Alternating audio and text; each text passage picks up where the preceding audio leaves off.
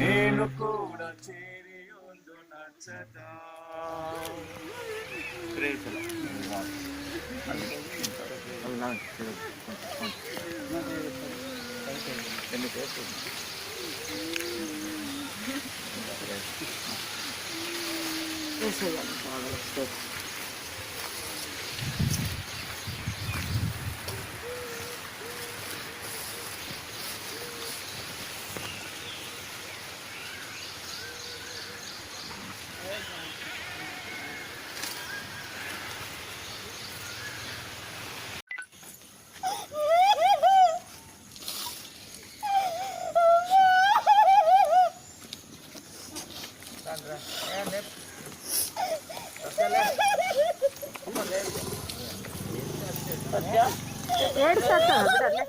మంచిగా ఉండు నువ్వు అంటే మీ అత్తమ్మకి ఇష్టం. సత్య మీ అత్తమ్మకి ఇష్టం, నువ్వు మంచిగా ఉండు. నువ్వు మంచిగా ఉంటే నువ్వు మంచిగా ఉండు. మామయ్య బాయ్.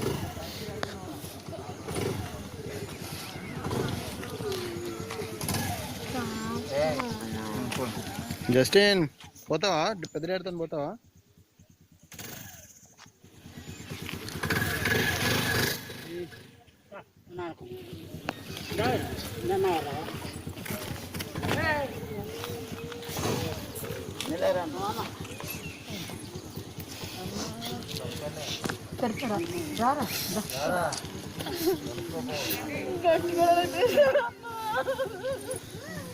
అమ్మా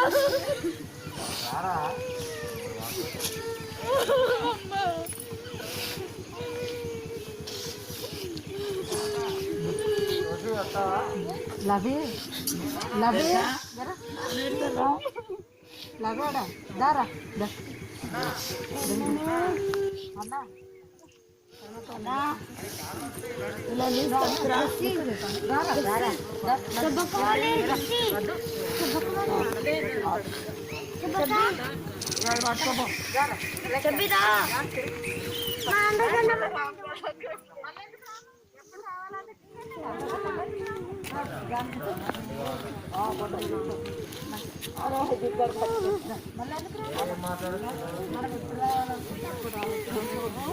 మాత్రము తల్లి కట్టలే, తండ్రి కట్టలే, దేవుడే తన చేతుల చేత ఈ నివాసం అనే, ఈ గుడారం అనే ఈ శరీరాన్ని దేవుడు కట్టుకున్నాడు, దేవుని మహిమపరచడానికి, దేవుని ఆలయంగా ఉండడానికి.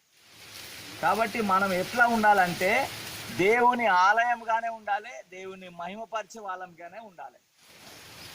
అయితే ఈ దేహం ఏమవుతుందట అంటే కొద్ది రోజులకు దానికే అదే శిథిలం అయిపోతుందట.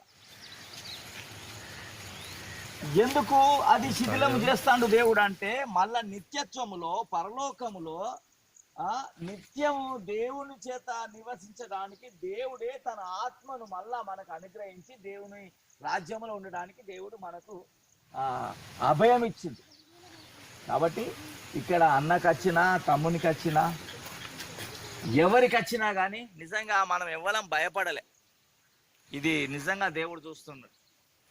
వేరే వేరే వాళ్ళు అయితే 2-3 వచ్చిండ్రు.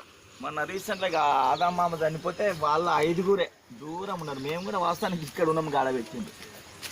మరి ఇప్పుడు మనం అందరం అప్పుడు భయపడ్డాం నిజంగా. మరి ఇంతనే వచ్చింది, ఇంకేమి భయపడతావు, ఎక్కడికి పోతావు అంటే దేవుడు మనతో మాట్లాడే మాట ఏంటంటే నీ బిడ్డకి వచ్చినా అంతకుముందు నీ బిడ్డతో నువ్వు ఎట్లున్నావో అట్లనే ఉండాలి. నీ కొడుకుకి వచ్చినా అంతకుముందుకు నువ్వు కొడుకు అనే మమకారం మీద వేసుకొని నవ్వుకుంటే ఎట్లున్నావో గట్లనే ఉండాలి. అది ధైర్యం. మంచిగా ఉండి ఉండి అయ్యో వీనికి వచ్చిందని వాడిని దూరం పెట్టడం కాదు దేవుడు ఇక్కడ చెప్పేది. ఏ వైరస్ ఉన్నా కానీ దేవా నువ్వే ఉన్నావు, నాకు తోడుగా నువ్వే ఉన్నావు అనే ధైర్యంలో మనం బతకాలి. బతుకుతానం కూడా నిజం.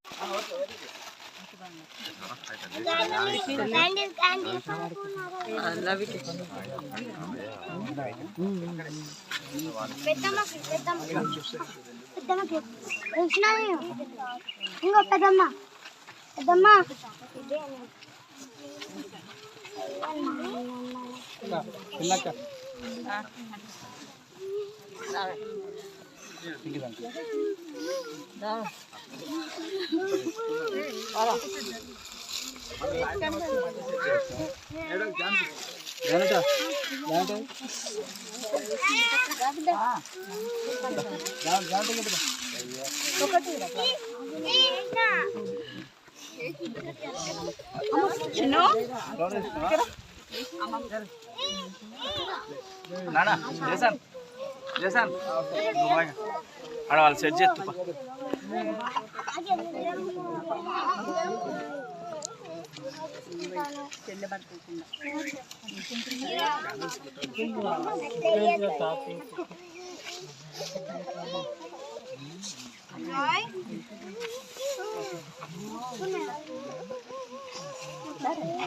చూడండి నీడకురా ఎండ ఎక్కువ అవుతుంది ఇక మనం వెళ్ళిపోవాలి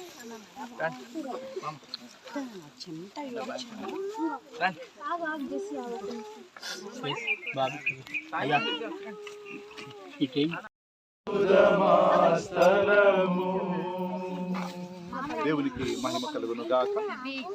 ఈ సమయంలో దైవవాక్య భాగాన్ని చదువుదాం, ఆ తదనంతరము ప్రార్థించి తదుపరి కార్యక్రమాన్ని మనము జరిపించుదాం. కీర్తన గ్రంథము 27వ సంకీర్తన 4వ వచనము ఈ రీతిగా రాయబడింది.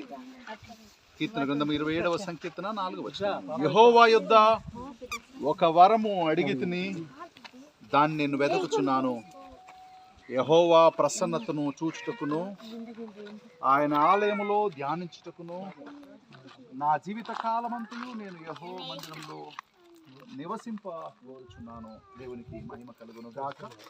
ఈ సమయంలో మన మధ్య ఉన్నటువంటి ప్రియులు దైవజనులు మీ ఉద్దేశాలను అర్థం చేసుకుని ముందు కొనసాగే కృప చూపమని వేడుకుంటూ ఈ సమయంలో తండ్రి నీ దాస్తురాలను తండ్రి భూస్థాపన చేసిన స్థలం వెళ్తున్నాం.